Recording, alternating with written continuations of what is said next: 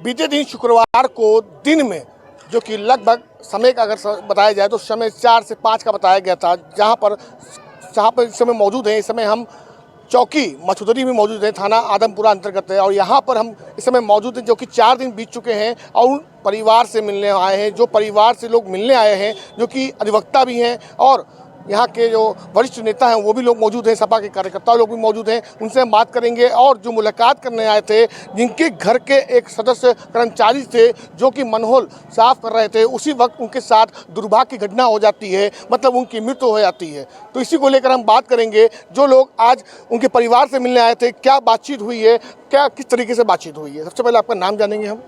मेरा नाम विकास सिंह है, जिला अध्यक्ष युवा कांग्रेस वाराणसी। अच्छा जी, ये बताइए क्या बातचीत हुई है, आज मुलाकात करने पहुंचे हैं, 4 दिन पूरा हो चुका है। कहीं न कहीं डबल इंजन की सरकार की दोहरी जो चरित्र है वो सामने आई है। विगत दिनों भूरेलाल जी मनहोल साफ करने के दौरान उनकी मृत्यु हो गई और सरकार के द्वारा और ठेकेदारी जो कंपनी थी उसके द्वारा इनको 10 लाख रुपया दिया गया था चेक के माध्यम से। लेकिन आज पेपर के माध्यम से ये पता चला कि उस चेक अकाउंट में पैसा है ही नहीं। तो कहीं न कहीं मृतक परिवार और मृतक के साथ ये बहुत बड़ा धोखा है। मैं माननीय प्रधानमंत्री जी के संसदीय क्षेत्र में इस तरीके की घटना का निंदा करता हूं और प्रधानमंत्री जी से यह मांग करता हूं कि मृतक के परिवार के एक सदस्य को नौकरी, खासकर इनकी पत्नी को एक नौकरी मिले और इनके परिवार को 10 लाख से अत्यधिक का मुआवजा मिले, जिससे वो अपने जीविकोपार्जन को कर सके। और अगर नहीं होता है तो हम लोग सड़क पर उतर करके आंदोलन करने के लिए बाध्य होंगे। परिवार के सदस्य में आप मिलने गए होंगे, कितने लोग, उनके बच्चे हैं, उनके कितने बच्चे हैं? एक बच्चा है, पत्नी है, उनके ससुर हैं और फिलहाल इनके यहाँ कोई है नहीं। वो अपने परिवार के 4 बच्चे हैं, एक बच्चा मिला है, 3 थे नहीं फिलहाल। उनके परिवार में सिर्फ और सिर्फ वो एक स्वयं कमाने खाने वाले आदमी थे जो कि अपने परिवार का जीविकोपार्जन चलाते थे, उनके अलावा का कोई नहीं है। तो मैं सरकार और प्रधानमंत्री से यह मांग करता हूं कि इनको मुआवजा दिया जाए अत्यधिक और इनके परिवार के एक सदस्य को नौकरी दिया जाए, जिससे कि वो पढ़ाई लिखाई और घर का जीविकोपार्जन चला सकें। बहुत शुक्रिया। एक भाई साहब से और भी बात करेंगे जो पूर्व में हमारे हरिचंद के अध्यक्ष भी रह चुके हैं, यहाँ पे हमारे साथ मौजूद हैं। आप अभी परिवार से मिलने गए और क्या लगता है परिवार से मिलने के बाद क्या कुछ बात हुई आपसे? जैसा कि हम लोग देख रहे हैं कि भूरेलाल जी के 4 बेटे हैं और एक पत्नी है, उनका कोई भाई भी नहीं है। अब परिवार चलाने के लिए एक मजबूत साधन चाहिए जिससे 4 बच्चों का गुजर बसर हो सके। शिक्षा, चिकित्सा इस समय कितना महंगा है देख ही रहे हैं।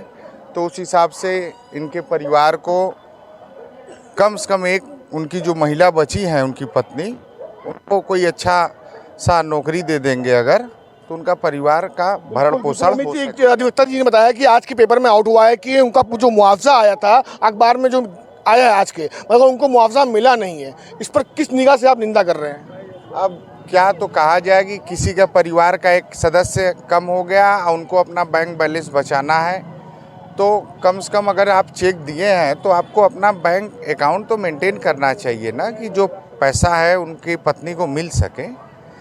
अब किस तरह का मजाक कर रहे हैं आप देख ही रहे हैं। आप लोग के द्वारा क्या आगे प्रक्रिया जारी रहेगी? हम लोगों का यही रहेगा कि उनको कम से कम पहले चेक का जो राशि दिया गया, पहले चेक उनको मिल जाए और जो उनकी पत्नी है, उनकी पत्नी को एक कोई नौकरी प्रोवाइड कराया जाए सरकार द्वारा। तो हम अधिवक्ता आपसे एक चीज़ और भी हम जानेंगे कि जिस तरीके से जो दुर्भाग्य घटना हुई है, जो मृत्यु हो गई, उसके बाद अखबार में जो आज आया भी है कि पैसा उनको नहीं मिला है, मुआवजा नहीं मिला है। और उस दिन भी जब बात हुई थी तो जो सुपरवाइजर वहाँ के थे उन्होंने कहा था 20 लाख की हम मांग करते हैं कि इस परिवार को 20 लाख की रकम दी जाए, क्योंकि ये बड़ी दुर्भाग्य घटना है। और वहाँ पर एक बात सामने ये भी आई थी कि अगर कर्मचारी के पास सामान होता, मतलब कि एक जो सामान इनकी किट होती, तो शायद वो आज इनके बीच होते, परिवार के बीच होते। एक बहुत बड़ी लापरवाही नहीं है? ये देखिए, लापरवाही तो बिल्कुल बहुत बड़ी है। आखिर असुरक्षित रूप से काम कैसे करवाया जा रहा है ठेकेदार द्वारा। और आपको बता दें कि इससे पहले भी मैनहोल में गिरकर 2 लोग इसी शहर में मर चुके हैं। विपक्ष हल्ला नहीं करता तो प्रधानमंत्री जी और भाजपा सरकार संज्ञान में ही इस मामले को नहीं लेती। ये जानते हैं, ये एक इनका मैटर नहीं है, ये हमारे देश के प्रति सरकार का एक संदेश है कि कोई व्यक्ति यदि देश सेवा में, देश के अंदर या देश के बाहर बॉर्डर पे मरता है, तो वो यदि मरता है, अपने जीवन को त्याग करता है देश सेवा के लिए, तो हमारे देश को चाहिए, देश की सरकार को चाहिए कि उसके मृत्यु का पूरा पूरा मुआवजा दे, उसके परिवार को रत्ती भर की दिक्कत ना हो। उसको आर्थिक मदद दें, उसको सरकारी नौकरी दें, उसके बच्चे की परवरिश की शिक्षा दें। यदि इतना नहीं कर सकते हैं तो आप सोचिए किस राष्ट्रभक्ति की बात प्रधानमंत्री जी हमारे करते हैं। आज अग्निवीर का जो ला दिए हैं, जिसमें आज 4 साल में लोग आ जाएंगे। क्यों जाते थे लोग बॉर्डर के पे? हम मर भी जाएंगे। आप क्यों बाहर रोड पे कमा रहे हैं, के लिए दौड़ रहे हैं? आप यदि कैमरा लिए हैं तो देश सेवा और कुछ जीविकापार्जन के लिए, लेकिन आप भी ये सोचते होंगे कि मैं एक्सीडेंट हो जाऊँ या मेरा कहीं कोई दुर्घटना हो जाए तो मेरा परिवार खुशहाल रहे, इसके लिए आप अपना बैंक बैलेंस, आप अपनी पॉलिसी ये कराए होंगे। सरकार कौन सी इनकी पॉलिसी कराई थी या किस तरीके से बिना साधन के इनको फीवर में उतारा गया? यदि ये मर गए तो उनको पैसा देने से और सरकारी नौकरी देने से ही हमें मांग करनी पड़ रही है। ये देश के लिए दुर्भाग्य है, प्रधानमंत्री जी के संसदीय क्षेत्र के लिए दुर्भाग्य है, और इसके पहले की घटनाओं को छुपाया जा रहा है।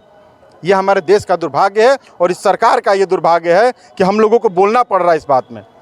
ये एक संदेश है। सर, दुर्भाग्य की घटना तो है ही है, मगर जिस तरीके से हमारे अधिवक्ता वरिष्ठ अधिवक्ता ने कहा कि उस महिला को, मतलब उनकी जो बीवी थी, उनको सरकारी नौकरी मिलना चाहिए, इससे कितना सहमत है? जी बिल्कुल सहमत है, सरकारी नौकरी मिलनी चाहिए। क्योंकि पारिवारिक जीवन चला, बैंक बैलेंस पैसे चाहे जो भी दे दे एक समय तक रहते हैं बच्चों के भविष्य के लिए, लेकिन रोजमर्रा का जीविकापार्जन कहाँ से होगा? कहाँ से वो महिला करेगी बच्चों के लिए? एक नौकरी हो जाएगी तो कम से कम तनख्वाह मिलेगा, तो उस तनख्वाह के बल पे अपने परिवार चला लेगी। वो देना चाहिए बिना मांग किया। हमारे अध्यक्ष जी ने मांग किया, हम स्वागत करते हैं इसका, लेकिन ये सरकार को बिना मांग किए देना चाहिए। मांग हो रहा है, यही समझिए कि सरकार का ही दुर्भाग्य और देश का दुर्भाग्य कि मांग करना पड़ रहा है एक जन्मीन चीज़ के लिए। धन्यवाद। तो देखा आपने कि इस समय मौजूद थे मजूसरी चौकी के ठीक सामने से एक मौत हो गई थी मनोल साफ कर्मचारी की। अगर उसके पास किट होती, मतलब अन्य जो सामान मिलता है कर्मचारी को, वो सामान होता तो शायद आज उसकी जीविका बची होती, मगर कहीं ना कहीं लापरवाही की वजह से एक परिवार को अपना बाप, मतलब बच्चों को अपना बाप और एक बीवी को अपना पति खोना पड़ा। उसके बाद निंदा के बाद अगर निंदा की जाए तो अभी तक उनका मुआवजा नहीं आया, न मुआवजा मिला। इसको भी लेकर यहाँ पर हमारे वरिष्ठ अधिवक्ता जी थे और पूर्व हमारे अध्यक्ष जी भी यहाँ पर मौजूद थे, और यहाँ पर लगातार मतलब कि सारी कई ऐसी घटनाएं हो चुकी हैं जो पैसा अभी तक नहीं मिला है। मतलब पिछले विगत दिनों की अगर बात करें तो कर्मचारी यहाँ पर मौजूद, इनसे भी बात करेंगे। क्या नाम पूरा अपना बताइए? सर, मेरा नाम है संतोष कुमार। मैं गढ़वासी तोला चौक काशी विश्वनाथ में कार्यरत था 5-6 साल पहले, और सीताराम केसरी वार्ड मेरा था, जो गोला दीनानाथ। सर, कार्यकाल के दौरान हम लोगों को पूरी सुविधाएं नहीं देते हैं। ये ठेकेदारी पे जितना भी काम हो रहा है सब अनलीगल तरीके से होता है। इसमें सिर्फ ठेकेदारों का लाभ है, कर्मचारियों का कोई लाभ नहीं है। आपके साथ क्या दुर्घटना हुई, आप अपना बताइए? साथ ये दुर्घटना हुई सर कि हम लोग जब कार्य कर रहे थे, लग्जरा इंटरप्राइजेज द्वारा नगर निगम द्वारा एक टेंडर होता है जिसमें कि कुछ उनकी सेक्रेटरी मनी जमा होती है।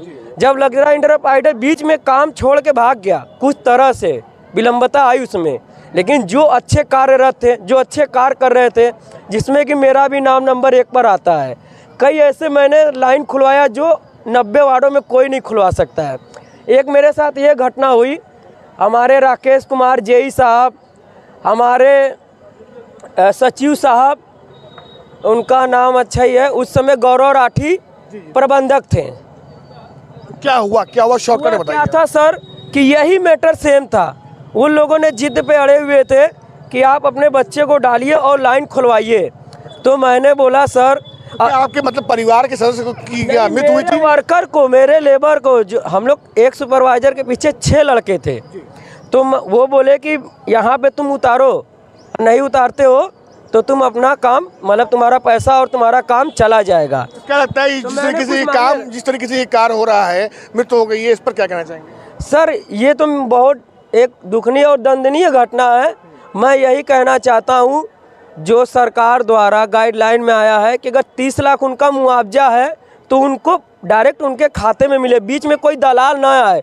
प्लस उनकी आजीविका के लिए आप नहीं सरकारी नौकरी दे पा रहे हैं, सरकारी कार्य चल रहा है आपका, वहीं पर आप उसको प्राइवेट ही में रखिए, कम से कम 15-20 हज़ार चले कि अपने बच्चों का भरण पोषण अच्छी तरह से कर सके।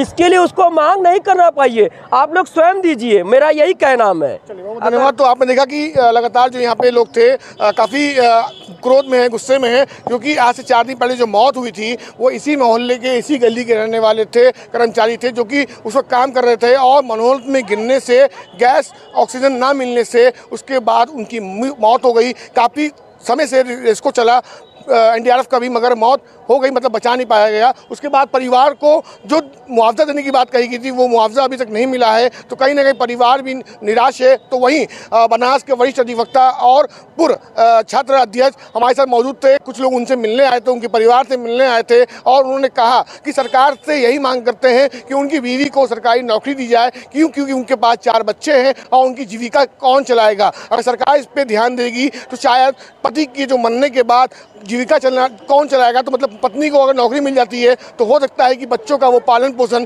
कर सके। अगर नहीं मिलता है मुआवजा तो आगे भी आंदोलन जारी रहेगा, जैसा कि उन लोगों ने बताया। कैमरा पर्सन खुर्शीद के साथ पब्लिक लाइव के लिए जुनैद।